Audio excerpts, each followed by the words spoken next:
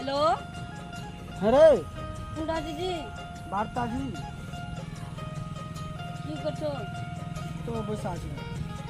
আমি আমাকে দেখতে এসে আমাকে বাচ্চা আমি পালিয়েছি ওদের ধরে কাটতে আছি। আচ্ছা তুই এখন বস, আমি চলে আসছি।